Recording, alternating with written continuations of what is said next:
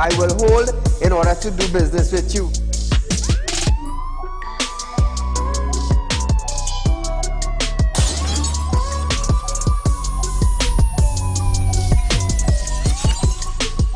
They break open your house one time, they rape your mother, they rape your father, they rape your brother, they rape your sister, they rape your auntie, they rape your auntie, they rob you of all your jewels, they take your car if you have a license firearm, they take your firearm and they go on with that. And those that are supposed to vote for this bill, for the next year, you all are pleased and it's okay with that.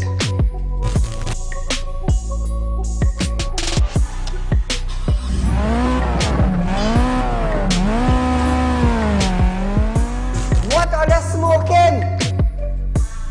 You cannot come and tell Saieed, well hear this now, Saieed, mass mandatory, here we go, it come to an end. And then you come and tell me, here we go on Saieed. If you go to the supermarket, the grocery, or the malls, you have to wear your mask. Saieed, if you go to a pharmacy, you have to wear your mask. Saieed, if you're traveling, you have to wear your mask. If you're in the transportation hub, you have to wear your mask. If you're going to church side, you have to wear your mask. If you're in the school side, you're wearing your mask. If you go to a barber salon, you go to the theater, you're wearing your mask. Which dum-dum in Trinidad and Tobago will go in a theater and buy a popcorn and a juice and sit down and wear a mask? Dance! If every councillor go through their constituency, do video clips like this and send it for us, I'm gonna be so happy just to play it on our program on a Wednesday night. You know why I would be happy? I will be filled with joy in my heart. You know why? Because the councillor is getting off their butts and they are actually going and doing some live video shoots.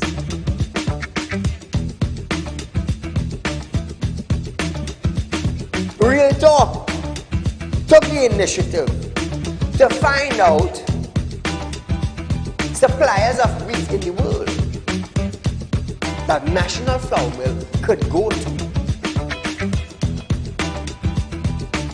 So now Romano is saying the company is not going to raise any price in the near future. Why? Why? Is it because the S-boss and they realize now that, hey, it is in the public domain that we could go right Mexico and buy flour and wheat? We could go right China and buy wheat? I am about change.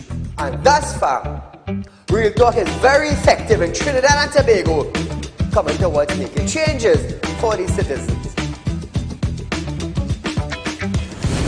Public Utility Minister Marvin Gonzalez have urged the population to appreciate and be grateful for the availability of the utilities. This, as Gonzalez recalled, time in his life when he had to fetch water using a bucket from a nearby river. Gonzalez, I want you to understand something. I want you, Mr. Gonzalez, to understand something. You are being paid thousands of dollars by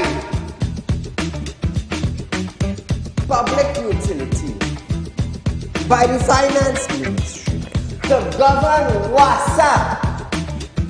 Come on. To govern WASA, I want you to understand that you ain't going in no office for no free code. You are being paid. Do not tell me that I, Saieed, have to be grateful for the water I get it. Let me tell you something, Gonzalez. Every 4 months, I have to pay $400 and I get water once a bloody month. So don't come on a media briefing and say, Saieed, you have to be contented. You have to be happy. Marvin, the next best thing for you to do is to resign and get the hell out of here.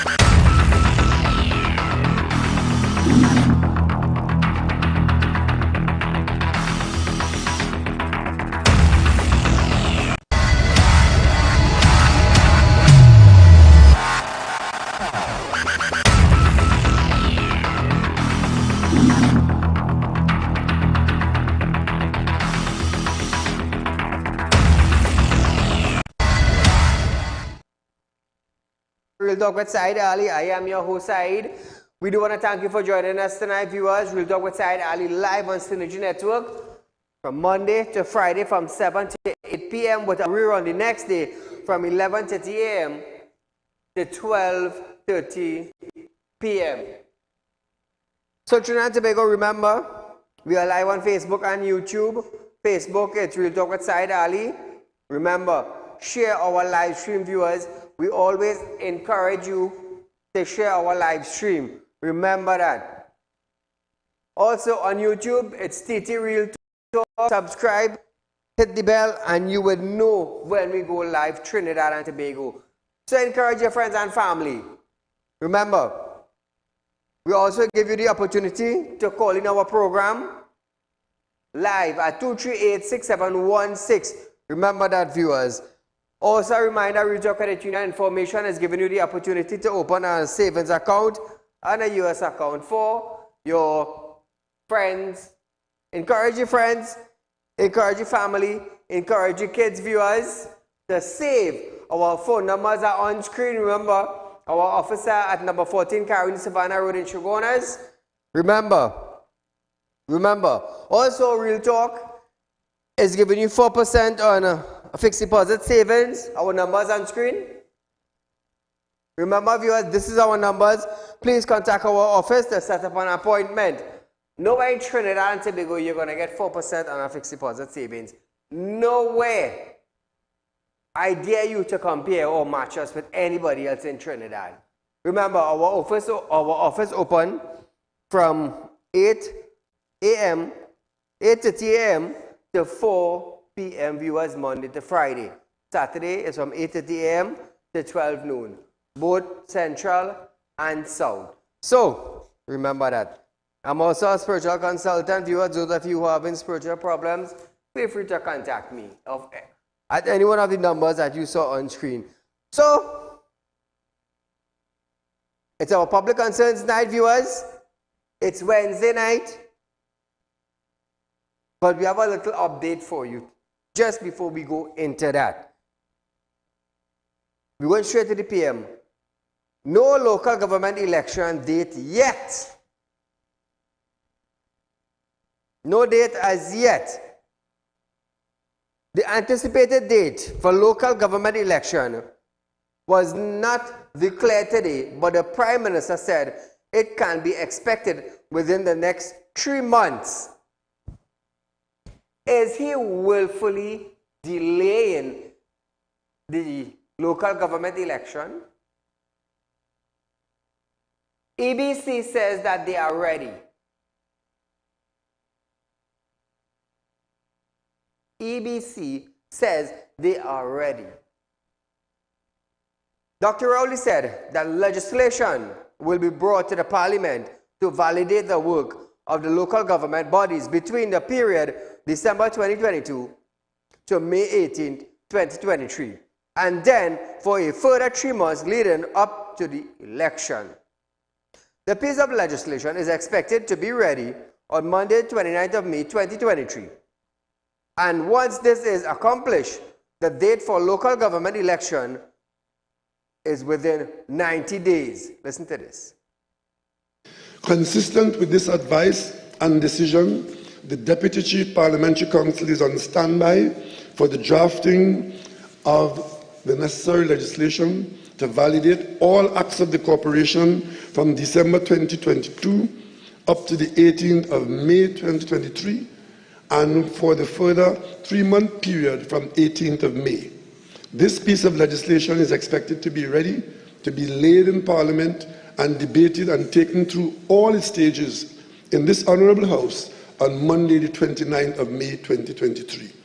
Once this is accomplished, the date for local government within the 90-day window will be announced. And with that, Mr. Deputy Speaker, I thank you for your cooperation. However, the PM defended the government decision to extend the life of local government by a year as part of the reform process. The PM said there was nothing in the ruling that said the extension was a breach of people's constitutional rights. He said, to this accusation, the government pleads not guilty. At no time the government acted with an malicious intent to citizens' rights, he said. Listen to this. On the 18th of May 2023, the Privy Council delivered its judgment. Mr. Deputy Speaker, all 5 judges of the Privy Council decided that a change in the length of the terms of office of the incumbent councillors and aldermen did not amount to a contravention or breach of any provision of the Constitution. This decision, studiously arrived at, did not prevent some of my colleagues in this House and some elements in the media from continuing to accuse the government of Trinidad and Tobago of breaching the constitutional rights of citizens. To this accusation, Mr. Deputy Speaker, the government pleads not guilty.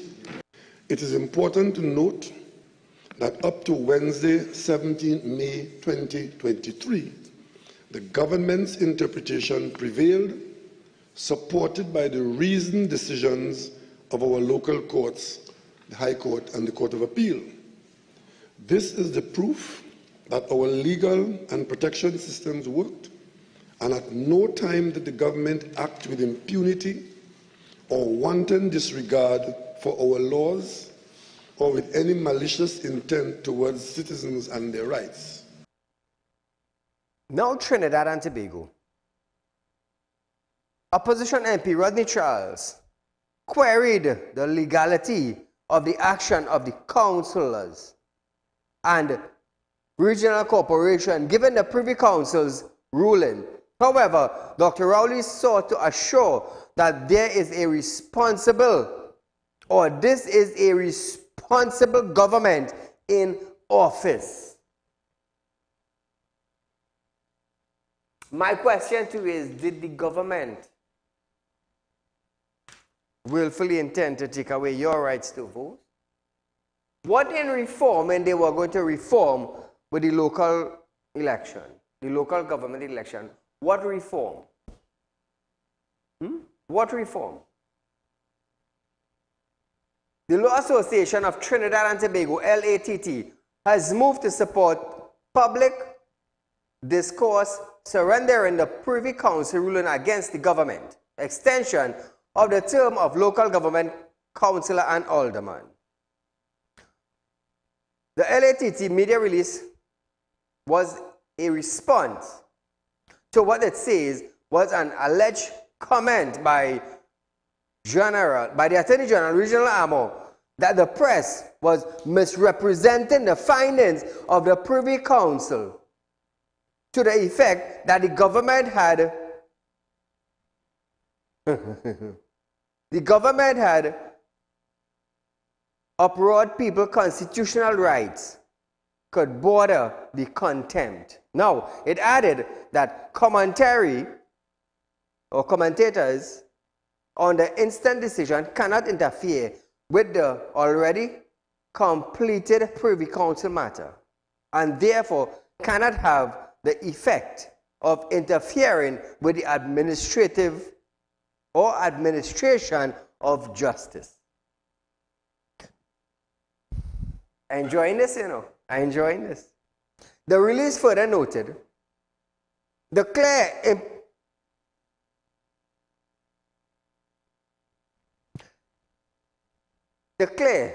implications of the Privy Council ruling are that the government must call local government election as soon as possible and must consider validating legislation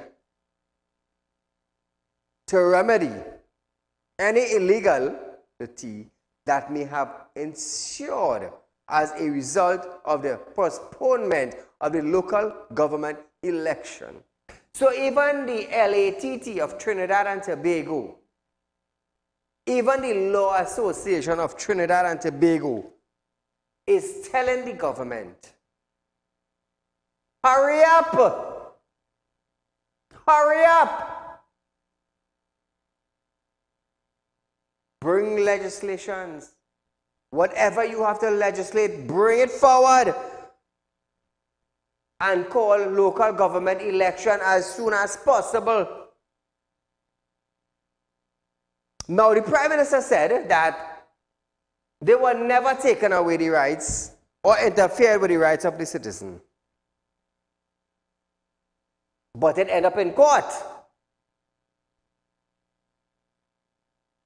They wanted to extend the life of the alderman and councillors. Why? Why? Tell the citizen why. Explain to us why you wanted to continue for 1 year. Why you wanted to give them a 1-year extension. What was the reason? What was the purpose of this thing? Nobody knows. Nobody knows. You're up on your say to reform. Reform what? What are you going to reform? Could you come out and tell the citizens of our country what were you going to reform with the local government election? Because I want to know. I want to know. Because according to the Privy Council,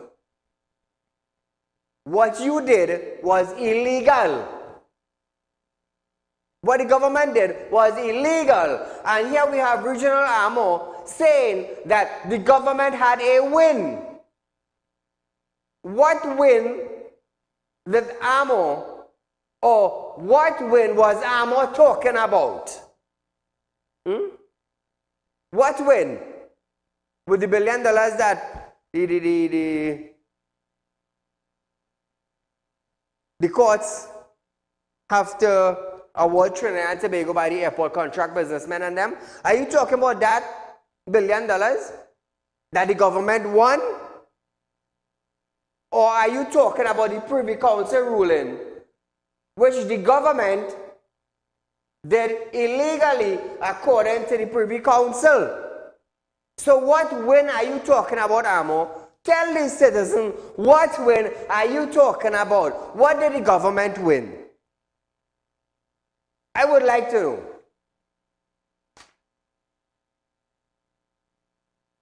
Call a good night. Good night, Saeed. This is your partner, the imitation vaccine vegan. Go right ahead. Last week in the parliament, no, not in the parliament, on the UNC platform, MP Saddam Hussein said, Anand SC, hang the AG Jack. So today in parliament, I watching, and you know what Saddam doing? Saddam get him to apologize, get the AG to apologize for him for misleading parliament. So you know what he did? I go use another helpful term. He's saying bullseye on the AG, and that tells me the AG is running afoul. This should take away mistake. And the other thing, the Prime Minister spent 20 minutes to rehash the Privy Council verdict. Everybody know they mislead us, and the Privy Council tell them they have to call the election well, they didn't say it out in plain and proper terms, but the judgment was to do election, and the Prime Minister waste 20 minutes of people's time. So I want him not to tote feelings, but we have to vote him out. So, you know, the new slogan is, don't tote, vote. We're going to do that for him when we call the election. I'm going to have a nice evening. My friends of Trinidad and Tobago, I want you to understand something. Keith Rowley said, the government is not guilty. They wanted to extend the life of the councillors and the alderman. They wanted to, they said it would have been reform process. What in the local government election you were going to reform that you had to extend for 1 year those who were serving the office? of the councillors and the aldermen. Why couldn't you call the local government election and after see about the reforming process?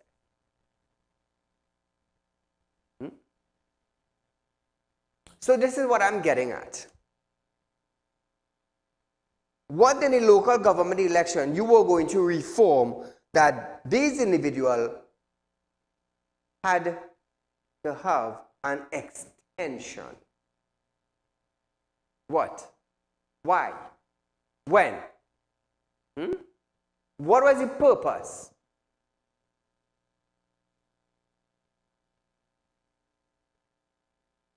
So Trinidad and Tobago, moving along.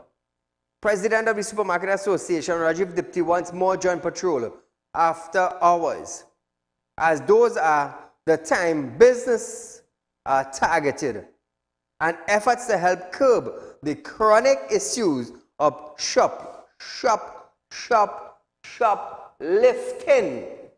I had to say that 3 times, you know. There's a lot of shoplifting and robbery going on in the supermarket. Earlier this year, Dipti called for the increased police patrol as shoplifting was on the rise. Speaking in the Senate, National Security Minister Fitzgerald Hines stated that the police are making efforts to tackle shoplifting at supermarkets. Hines said the police has since begun enhanced stakeholder engagement with supermarket owners and business community. Some of the efforts include increased stop and search efforts in and around business areas, which includes supermarket. Another strategy Hines listed was active direct patrol. Let's listen to our Minister of National Security. Mr. President, the Trinidad and Tobago Police Service continues to review existing policies and to strategize in an effort to reduce all crimes, inclusive of shoplifting. The TTPS has noted the request made by the Supermarkets Association for more police patrols in an attempt to curb the incidence of shoplifting at supermarkets.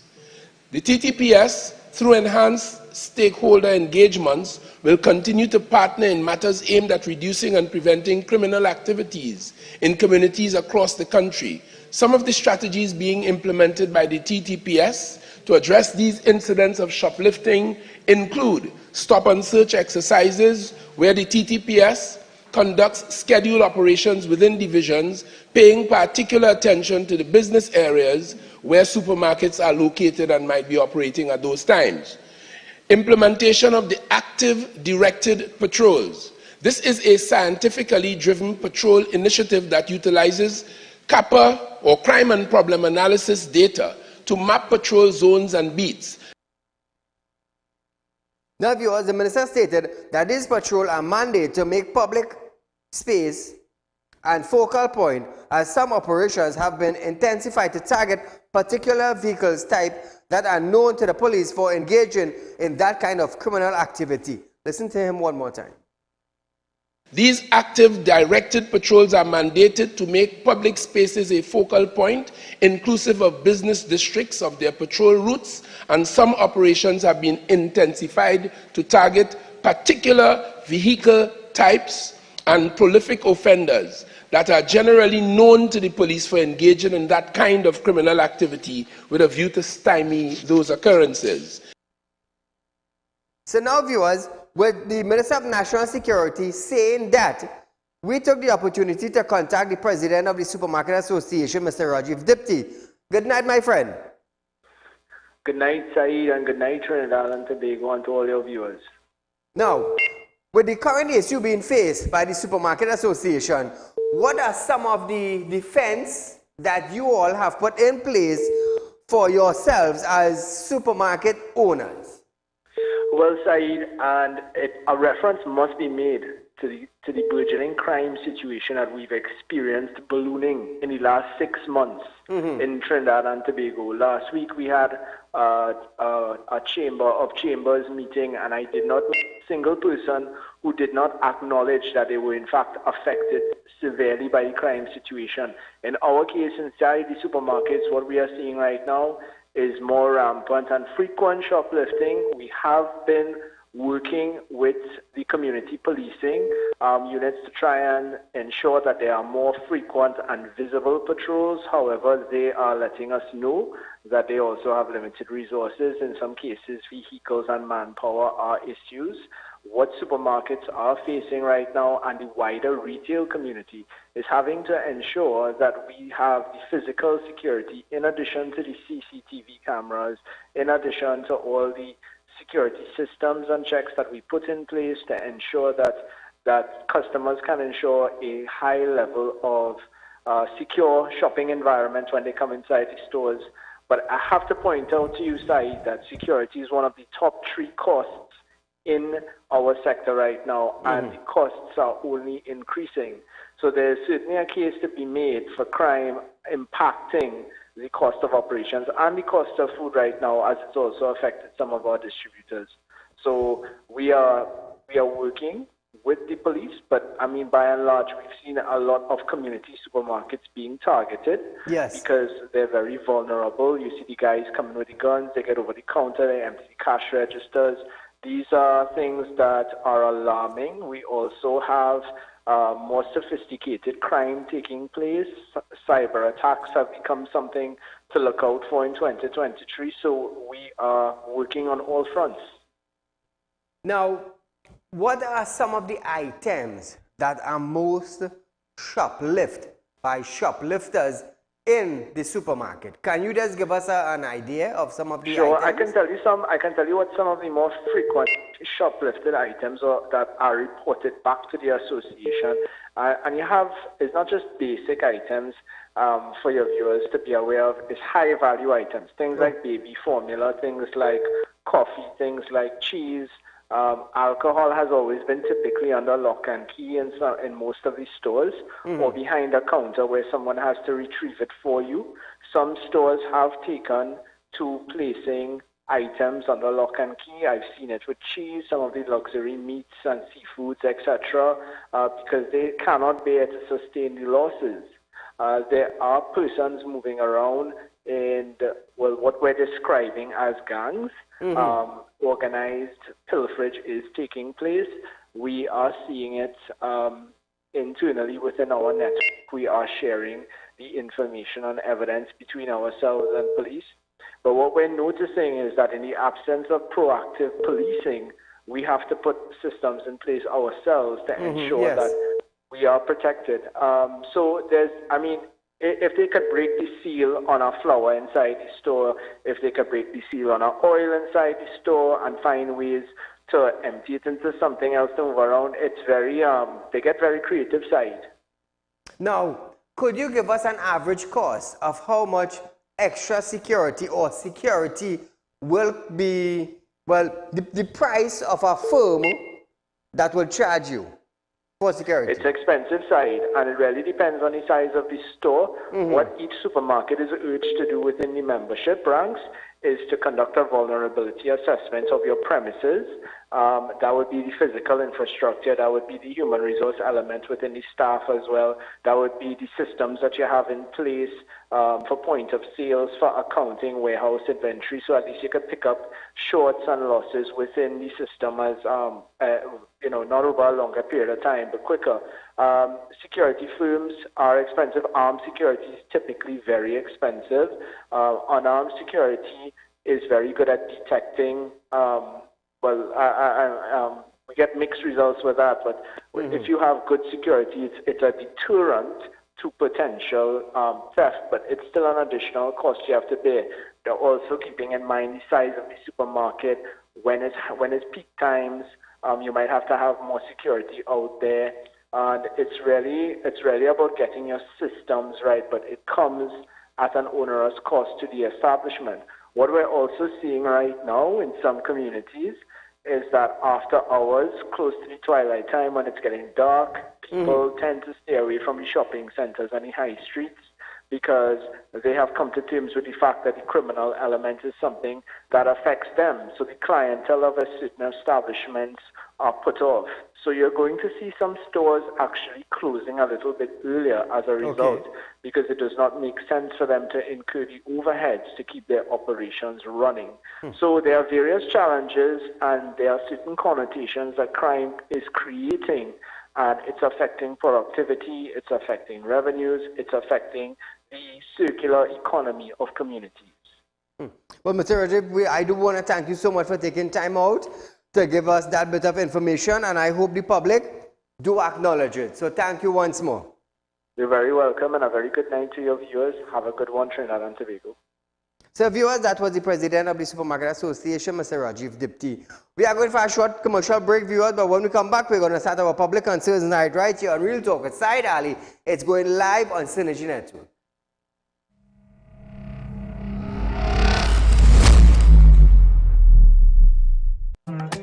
Do you have a public concern you would like to highlight? You can email your pictures and videos to realpublicconcerns@gmail.com, and we will highlight your concerns on our show for Public Concerns Wednesday.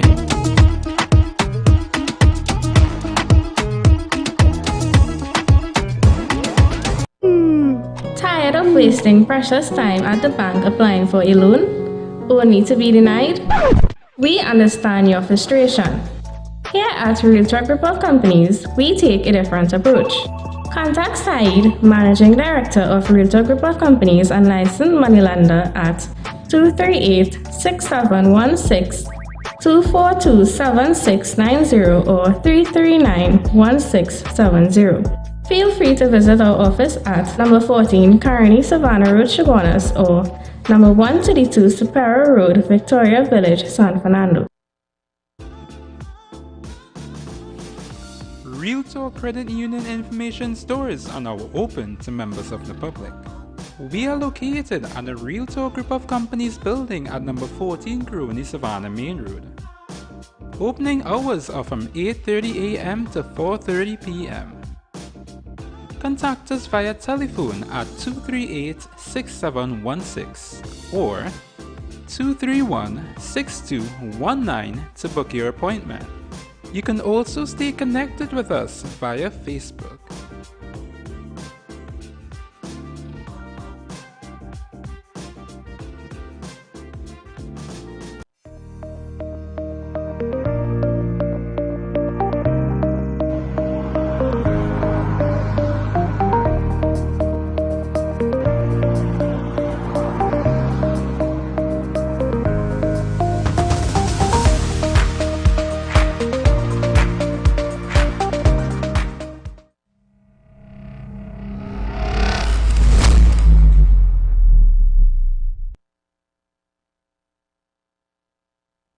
Welcome to Real Talk, viewers. Now remember, Real Talk Credit Union information is offering you the opportunity to open savings account for your kids. You can start as low as $100.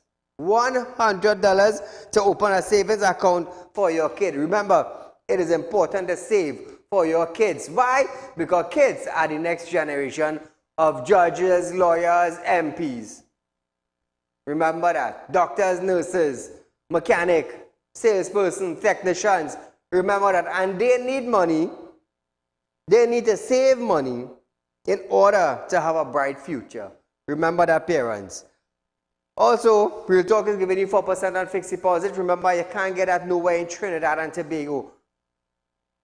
This is from Real Talk. Remember that. Remember that. Remember that. The highest interest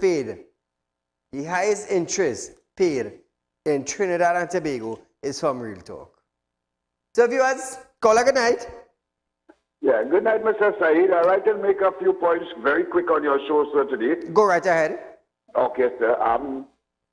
Mr. Saeed Ali, I am not no party side. I am not a PNM, I am not a UNC, and I am not no party. Okay. But today I am watching through my cable, and I came up with the Parliament channel. And I start watching the Parliament channel and taking the debate on certain bills that was in Parliament today. After the government then spoke, I saw Ms. Kamala Prasad Bissessa brought to the House where our Prime Minister lied 3 times in Parliament. Now, Mr. Saeed, we have to look at this very serious. We having a Prime Minister that lied in Parliament, right? And she had proven that he had been lying. That is one thing. Second issue, very quick, local government reform. Mr. Saieed Ali, this Prime Minister and his government know that local government reform is attacking the workers of local government also.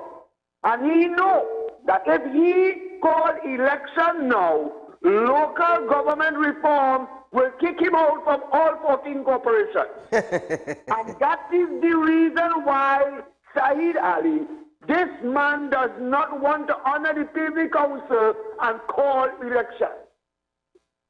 That is the second thing. But the third thing, sir, is I want to make a call and a plea to the daily rated workers of these local government corporations that workers, this local government reform is to throw all you out from the local government working system and bring in young leaders to run local government.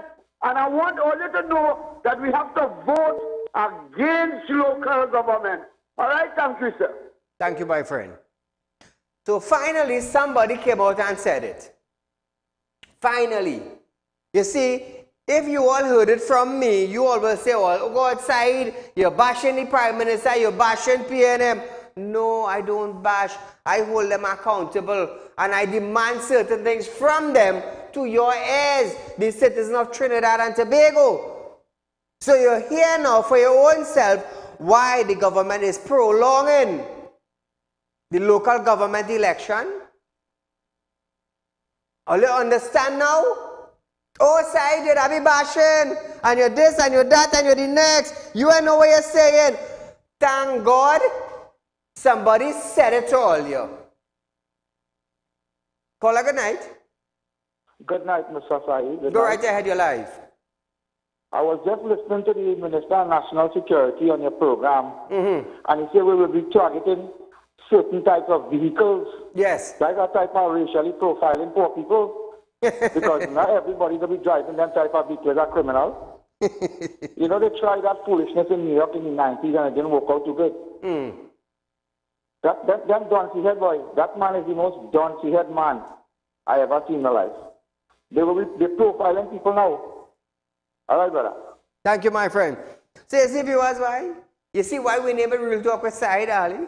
You see why we highlight so much of what the government is doing in Trinidad and Tobago? Because I want you to understand what is taking place in our country. I am not for UNC. Let me tell you something. I am not affiliated with no political party. I am a citizen of Trinidad and Tobago who decided to spend my money on a program, hire a team, pay synergy, to educate you, the citizens of our country. And also now, we're paying a phone company to get a line, to make sure it have a line you could call to express your concerns. But yet, Saeed, you're bashing. It's sad, boy. It's sad. So as we start our public concerns tonight, more than 100 Caribbean Dockyard and Engineering Service Limited workers staged a protest at the entrance to the Shagarama Sport after they were temporarily laid off. The workers were served letters last Tuesday informing them that they will be laid off for 90 days from June 1st to August 31st. They claim the action is an attempt to delay the recognition of the Seamen and Waterfront Workers Trade Union, SWWTU, as a majority union. SWWTU General Secretary Peter Morris stated that the union has started talks with the officials of Caridoc and the Ministry of Labour to secure recognition as bargaining agents for the workers. According to Morris, the workers are concerned about possible job loss, and the movement goal is to ensure that those are no longer at a work table age received some form of economic benefit to secure their future. Smart move, look at that. All in negotiation presently for them to be recognized as bargaining agents. But all of a sudden now, they come and they get letters for 90 days. So it's a prolong of everything. So after the 90 days, what you might get? A dismissal letter? I don't know, I'm just saying something. You might get a dismissal letter after 90 days? We don't know. Because a bargaining chip is presently on the table. And what's going to happen? What's going to happen? At present, a floating dock at the port is being repaired after sinking a few weeks ago. Morris said the government should have been aware of the condition of the floating dock and related infrastructure before acquiring the company. So they buy a company with a dock that sank. Who money pay for that? The Prime Minister money pay for that? The Energy Minister money pay for that? The Finance Minister money pay for that? No! You and me contributed taxes that bought that. He added that instead of being laid off, the worker should have been allowed to perform other duties while the floating dock is being repaired. Just imagine that at present, a floating dock at the port is being repaired. After sinking a few weeks ago, Morris said the government should have been aware of the condition of the floating dock and related infrastructure before acquiring the company. Anybody have anything to say concerning that? The government bought a company that has a floating dock, but the thing is the dock sank.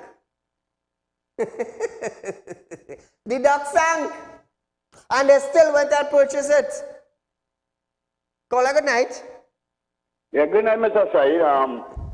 Mr. Said, everybody is complaining about local government have problems. Local government have problems. Local government have problems. But Mr. Said, the problem that local government have is the administration that is in the council side. Mr. Said, you wouldn't believe how much overspend and bad spend and unnecessary money is being spent from the corporation. And for example, I would like to tell you something. $56,000 from the Tunapuna Piako Regional Corporation went to buy roses and flowers. Roses and flowers. And when we talk about local government, I am working at the Tunapuna Piako Regional Corporation for 43 years, Mr. Saieed Ali. I have never seen the Minister of Local Government. In the past, 2 ministers came to our corporation and asked not a word. And a result of that, the overrunning spending, giving out contracts to friends and families, and using the corporation workers to do the contract. This is bubble. Why the ministers does not come and see what the councillors is doing in the various corporations?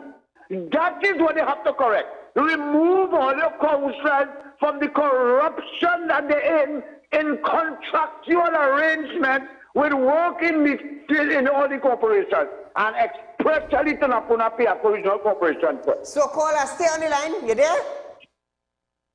You there? You on the line? Caller, you there? Apparently he gone.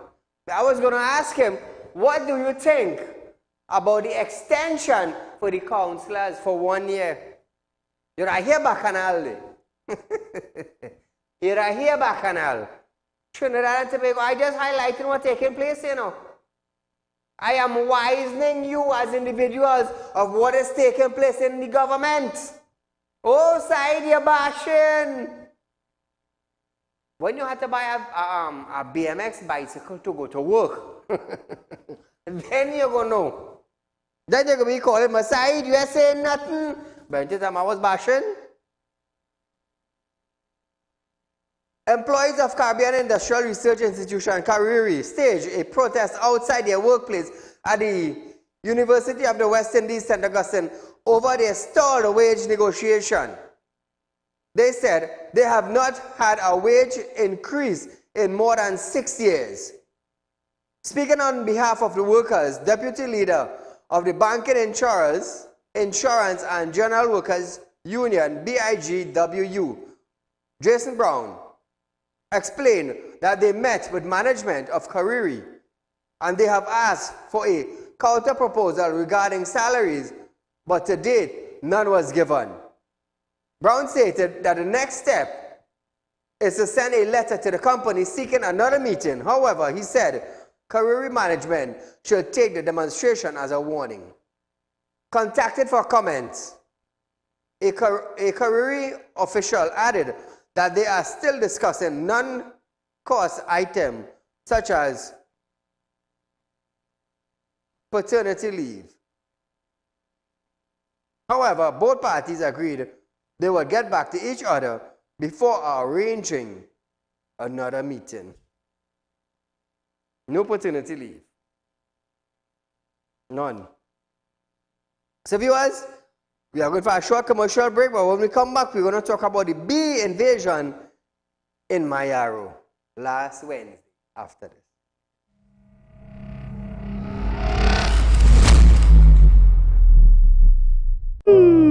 Tired of wasting precious time at the bank applying for a loan, only to be denied?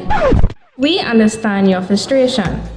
Here at Realtor Group of Companies, we take a different approach.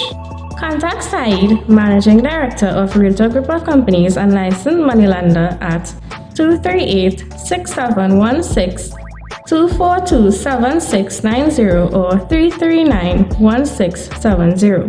Feel free to visit our office at number 14 Caroni Savannah Road, Chaguanas, or number 132 Superior Road, Victoria Village, San Fernando. Realtor Credit Union information stores are now open to members of the public. We are located at the Realtor Group of Companies building at number 14 Caroni Savannah Main Road. Opening hours are from 8:30 a.m. to 4:30 p.m. Contact us via telephone at 238-6716 or 231-6219 to book your appointment. You can also stay connected with us via Facebook.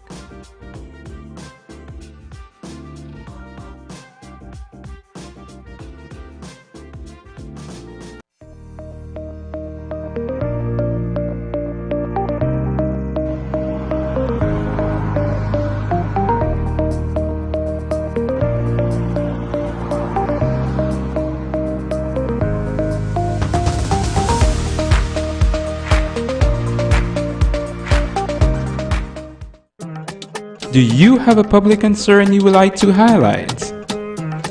You can email your pictures and videos to realpublicconcerns@gmail.com, and we will highlight your concerns on our show for Public Concerns Wednesday.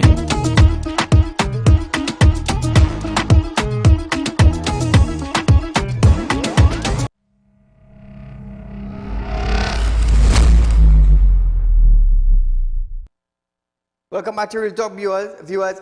A swarm of bees caused chaos in Mayaro last Wednesday, attacking passers-by and forcing the evacuation of several market vendors.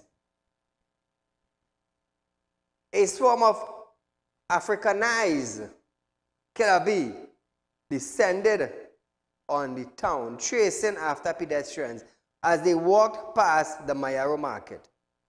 President David Tang, who was stung all over his body, said there have been several polls where the bees have been building hives, and residents have been reporting the bees to several government agencies but nothing has been done. Nothing have been done about it. Thank call on the authorities to move swiftly to kill the insects. Imagine, these are killer bees. Killer bees. And the government agency is not helping. Imagine that, eh? Imagine that. It's just a time of kicks and laughter that is taking place in the government presently. Caller, good night. Yeah, Saeed, you was going to ask me a question just now. Saeed, the question to having the extension of the councillors in local government is only one word to use. That is dictatorship, Saeed. That is high dictatorship. You cannot do that on your own. Who are you? Who are you? This is dictatorship. Nothing more than that, Saeed. One word. One word. That. My friend, thank you so much for calling back. Thank you so much.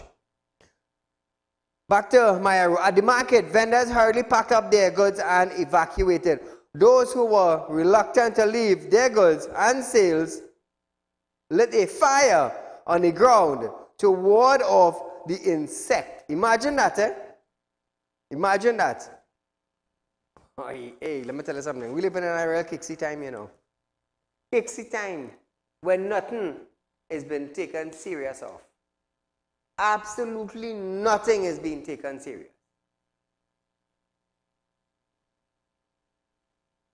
President General of the Oilfield Workers Trade Union, OWTU, Ansel Roger, has once again highlighted the plight of former petroleum workers, retirees, and retrenched who are suffering owing to the company closure.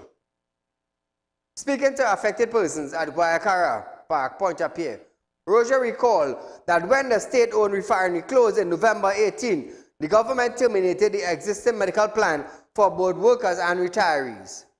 The plan was negotiated, term and condition of employment registered at the industrial court.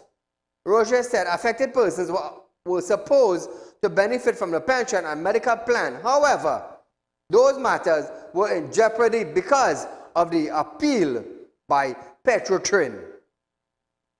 He recalled all of Petrotrin medical centres were shut down when the company closed.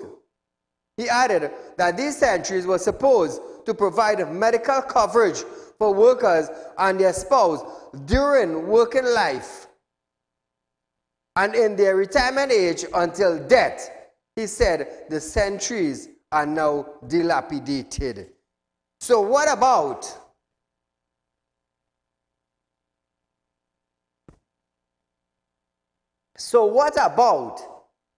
the monies that were contributed now from the individual who worked at Petrotrin to your medical plan? What become of that?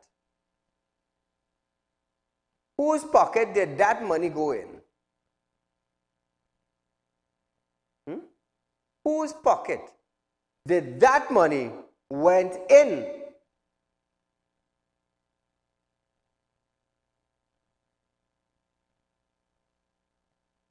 Could anybody in energy, such as the Minister of Energy, answer that question? What about Stuart Young? Can he answer that? I am definitely sure it is hundreds of thousands of dollars went to that medical plan. Who benefited from it? Who benefited by collecting those money? And that is a serious question. Residents of Reese Road, St. Cross Road in Barrapo are calling for an assistance from the Ministry of Works and Repair to poor conditions of the roadway in their area. Residents added that while upcoming rainy season, they are fearful that the roads will become more deplorable. So look at these roads, viewers.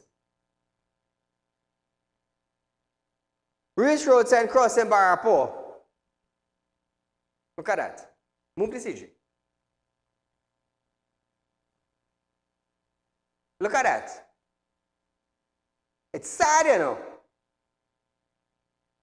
Look at the condition of this road. What about the councillor? What about the MP? Are they visible in the community?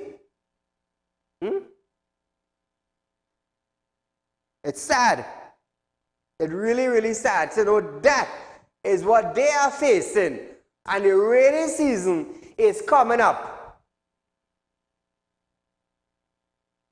Look at the condition of the road. Look at it, people. Moving along. Residents of Diaz Road, Tabakida, are appealing for assistance to repair a broken bridge.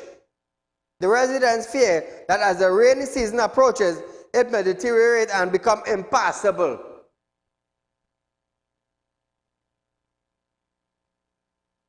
That is the bridge. Look at that. Look at the Trinidad and Tobago. What about the bridges division in Works and Transport? What happened to them? That department functioning? The bridge department or the bridges department in Works and Transport, their job is to make sure the bridges of Trinidad and Tobago are well kept. What are those individuals doing? What is the supervisor doing? What is the management for bridges doing? Let me tell you something. In Trinidad, we're too happy. We're too happy. That is why I just stink up departments. Once you're running by the government, I stinking you up on national television. So whether I be the supervisor, whether I be the manager, whether I be the general manager, whether I be the engineer, your job is to go around Trinidad and make sure the bridges in the communities are solid and in perfect condition. You're getting paid to sit down and scratch your behind. You're getting paid to suck salt.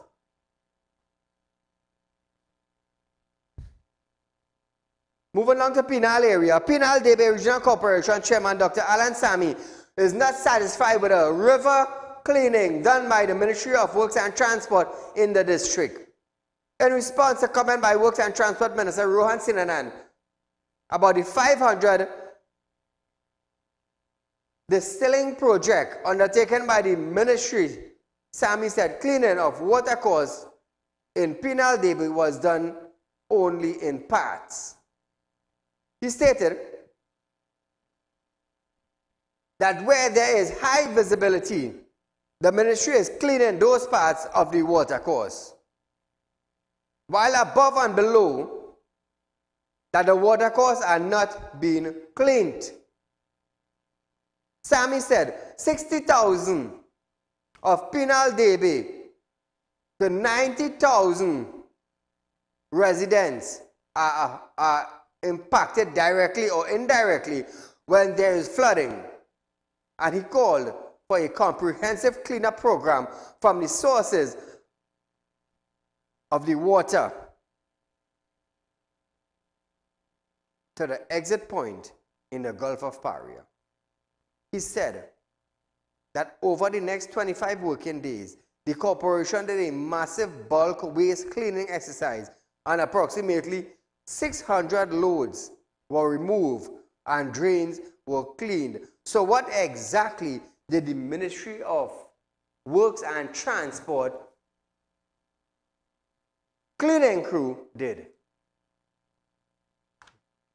If Sami is claiming that 600 loads were moved within 25 working days, what did the Works and Transport Minister or his ministry did in the Penal Debe area? What did he do? So here it is. Upgraded pump and floodgate. Work on a bank of the Caroni River and more than 500 distilling program are among the flood prevention work being done on drainage infrastructure ahead of the rainy season.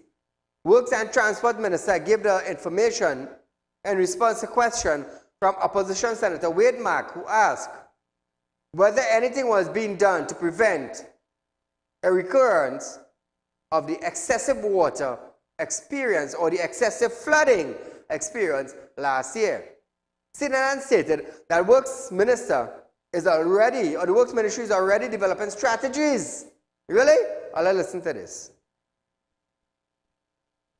Mr. President, the Ministry of Works and Transport has been pursuing a strategic drainage plan with the Andean Development Bank focused on the review and update of existing studies and the development of studies in new areas. As part of this process, stakeholders are consulted and feedback analyzed in the development of proposals. I thank you. Through you to the Honourable Minister, what is the status of this particular study that he has outlined? Minister of Works and Transport. Thank you. Mr. President, this plan is an ongoing plan with certain aspects of it having already been delivered. Several projects have also been identified and are being scoped for tendering coming out of this process. As I said, the process is made up and is an ongoing process. It has started. We already have boots on the ground in several areas coming out of this study. Thank you. So now, viewers, CNN also noted that the ministry had early warnings of an above-average rainy season this year, and that was why the Senate was debating the supplemental funding in the sum of $300 million for drainage. Hear the figures now and listen to this. We got early warning of above average rainy season, and that is why we're here today to debate let me just get the exact word, the variation of appropriation for fiscal 22-23, where the ministry have been allocated funding, especially in the area of drainage. And the reason for that additional funding is to take care of the identified projects to help with the reduction in flooding in several areas. And as part of the debate today, you will hear from the Ministry of Works that we have targeted over 500 desilting programs. That is the most desilting programs ever attempted in the history probably of Trinidad and Tobago. We are also continuing work on the upgrades of pumps and gates, where we have, if you look in terms of the Deep South area, new pumps with capacity of close to 40,000 gallons per minute. Hopefully we're going to see how the Pinal Davy is going to be in the rainy season. It has just started. 40,000 gallons of water per minute will be exiting through the floodgate. All we could do is wait and see how sound and solid that is. I am not going to judge him as yet. Not as yet. We're going to wait and see. So viewers, you are viewing Real Talk with Saieed Ali. We are live on Synergy Network Monday to Friday, where we run the next day from 11:30 a.m. to 12:30 p.m. Remember, Real Talk Credit Union information is giving you the opportunity to open savings account, and Real Talk is also giving you the opportunity to own 4% on a fixed deposit. So viewers, until we meet again, good night.